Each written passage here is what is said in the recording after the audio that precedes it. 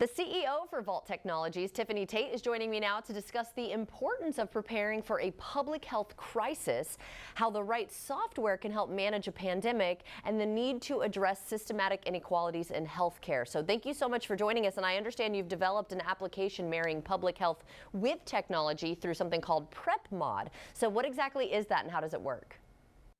Thank you so much for having me. PrepMod is a tool that really revolutionized the way that we handle pandemics.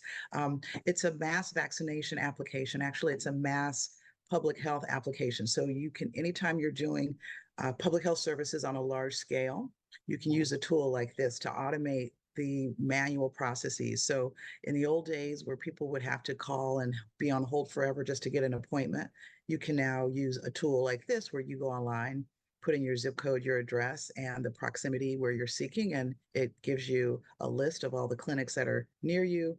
It lets you know what services are being provided. And so PrepMod was used during the pandemic to automate all these processes and ultimately accelerate the pandemic response.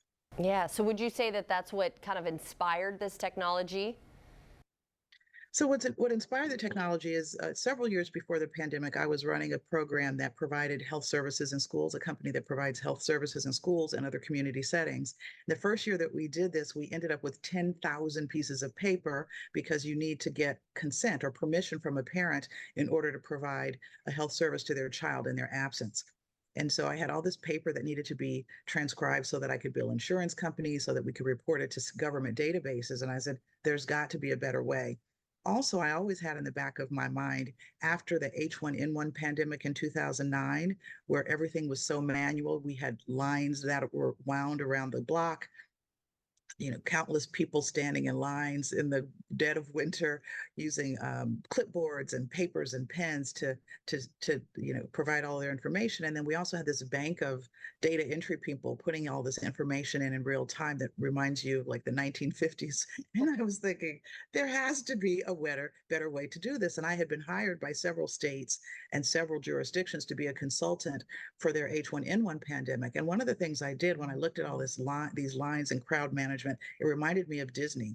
And so I had my assistant track down the person who created the technology for the Disney Fast Pass to learn how to manage these people during that pandemic. But I said, we cannot have another pandemic where we're doing things like the 1950s. And so when I created PrepMod just as a solution for my own personal business to be able to collect these consent forms in an electronic format, I also always was thinking about the next pandemic. And in healthcare and in public health, we don't say when there's another pandemic.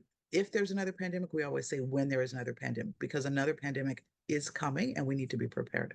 Yeah, better to be safe than sorry. So where can we go for more information on everything, Tiffany? So you can go to our website. It's vaulttechinc.com, and you can learn about an ecosystem that we've created. It's called the PM ecosystem, and it is comprised of a bunch of miniature programs that do very specific things in healthcare and public health.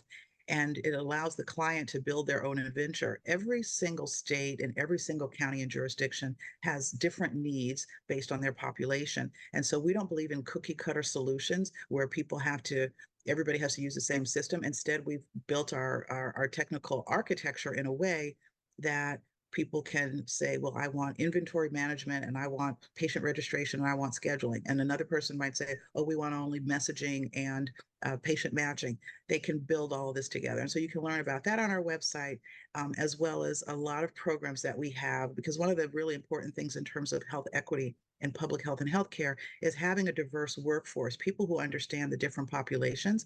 Right now we have public health is dominated mostly by women. There are a bunch of women and not a lot of people of color in this space. And so we have two programs in our organization that are designed to bring in more diversity. So we have a training program where we've been training people in Ghana. We trained young men in Ghana to be software engineers. And we also we're now starting a program where we're training young women in Jamaica to be software engineers, because there aren't a lot of software engineers who are female.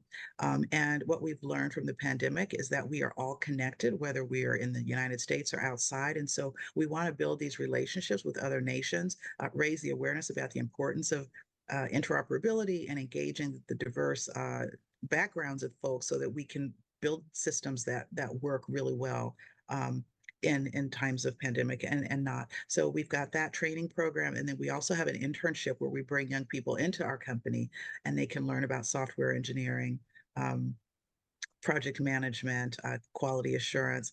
So we're really committed to bringing and developing the next generation of public health technologists, as well as meeting the needs of our clients currently.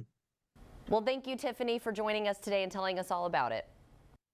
Thank you so much for having me, and I'd be happy to come back and talk about any other things you want to talk about related to healthcare, public health, and health equity.